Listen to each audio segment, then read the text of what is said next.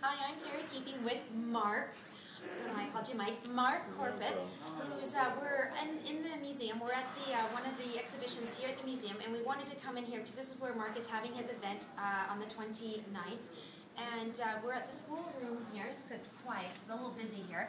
And what we're going to do, because Mark, you have a really interesting story, which has brought you to where you are now, what you're doing with Wild for Life and your photography. So let's just talk about that. Sure. What brought you, because you were a freelance, or no, you worked for the local newspapers here, the Bulletin, the Harbor City Star, the Daily News. So you were, print journalist, and then from that, that's where you became a photojournalist and...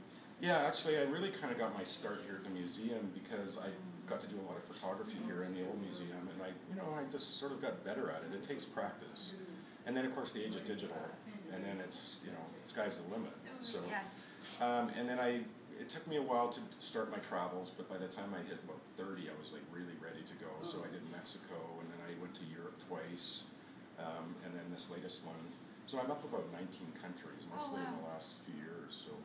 But you're incorporating with your photo. Well, if you think about traveling and being a photojournalist and a writer, it's a perfect fit. I mean, it gets you out there. You can even make a living from it. People travel, and so that's the idea for me the rest of my life. If I can sort of fund my trips by doing things like this and continuing to be a freelancer, have this business, then I get to live my dream of traveling and being around animals and seeing the best parts of the world. Yeah.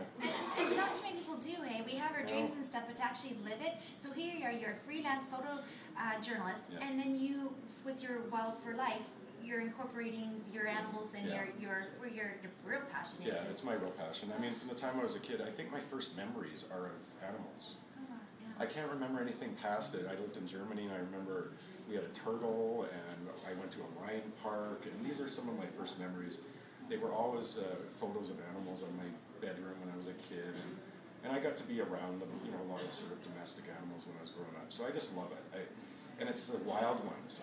There isn't any bigger thrill to me than seeing an actual wild animal in the wild. Like if you see an otter, you see an orca, you see a bear. A deer does something to me. Deer, yes, I'm like, it does something to people, and it's exciting. And so, yeah, I just decided that, I needed to combine all these things that I love. And you're right, like, a lot of people have those dreams. I'm just trying to be the type that's living them. And, it takes some sacrifices because, it's not the easiest thing to do. There's probably 8 billion cameras in the world, so what makes a good photographer? You got to figure that out. You got to put yourself out there to try and make a living and fund trips and all that. So I'm now combining 20 years of PR experience with photography, and so that's helping take me where I want to go. So there was preparation when I'm hearing your story, that even though you don't know it, but all, like being a print journalist and whatnot, all that and that PR work that you did, it all has prepared you to where you are today. Yes, it has been, So. And I'm thankful for those jobs, and I took PR in school, public relations, but they always said, become a journalist if you can, because it'll help you understand what they want. So that's really where this kind of came from. But I love promoting things. That's the bottom line. My beliefs and my passions, and that's usually what sneaks out. When I was a print reporter, I was always animals sneaking onto the front page if I could. And so. Wait, you said animals sell, hey? Well, that's right. Hey, speaking of which, you wanna try them out? Sure, I will. Right. I've never had a lizard on me before, but I'm going to do it. Actually, I've done a lot of new things with Name Dropper. Highway. Meet Tara. Hi. Here we go. Okay. Okay. He'll just sit there. We call him a brooch. Oh, okay. Because he just hangs. He just hangs. Yes, he's an accessory. Hey. Yeah. Actually, nice. Actually, yeah. It's not. Yeah. They tend to. They look kind of sharp, but they're actually kind of soft. They are actually, yes. And he is very gentle. Hey? Yes, he's very gentle. Terry, who's his guardian, just loves him, and he really doesn't do much, but he's a neat pet. He's easy to have around. So does he like being on the shoulder? Does he like being around people? Well, I think he does. He's never sort of shown any real discomfort, according to Terry. So, and I've had him, a couple of days now. I've been carting him around, and he's great.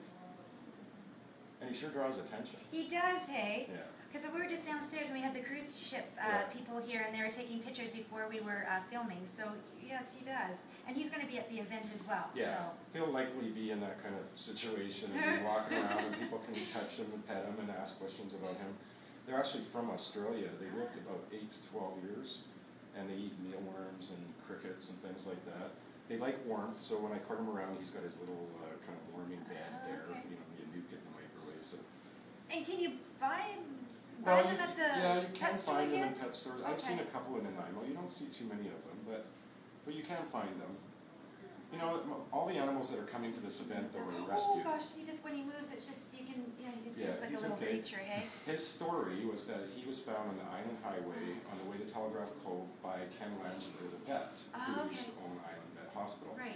He said in his rear view mirror he saw some serpentine movement, so that must have been his tail and scooting around. And to see it in the rear view mirror doing a 90 or 100K is kind of crazy. But he saw him, they pulled over, and he found his new home. So he doesn't live with Ken anymore, he lives with Terry, who works at Island Vet, but that's how he was found, and that's why his name is Highway. But he's a great fellow. That was 3 years ago now, so we're not sure how old he is, but... They live a long time, I guess, these little guys. Well, people are surprised, but 8 to 12 years for them. So it's not the longest for a lizard, but, you know, it's probably a good life of lounging around like a lounge lizard. That's where you get the term, eh? Lounge lizard. He would be the epitome of a lounge lizard, I'm sure. He does pretty good. His tail gets a little chilly when it sticks out the bottom of his cage, but we're keeping him warm. So... Well, there you go, folks. I mean, here I'm just picking Mark's brain here, and for this upcoming event on October 29th, if you want to come, because he's very personal, he's full of knowledge, you want to come, see the slideshow, see the photographs, and just sit and have a conversation with him, because it's just, I'm really enjoying just talking to you and learning so much, and, you know, it's just inspiring to, because I'm like that as well, when you're with people, the presence of people that are actually living their dreams, hey? Yeah, and you know, I guess I've had a lot of dreams, but this really is the biggest. Wild for Life is everything. It's my life's work. I can wrap up everything I love into Wild for Life, which includes being close to animals. That was the goal all along. I wanted to be a vet and things like that growing up, but I couldn't take all the sciences, so I became a writer and a journalist, and it actually does get me. You're a voice for right, these guys. Yeah. Well, there you go. This is Tara keeping with Mark Corbett here at the Nanaimo Museum, where the event's going to be held on October 29th, 7 o'clock to 11 o'clock. You bet. Great. Thanks, Tony. Thanks, Tara.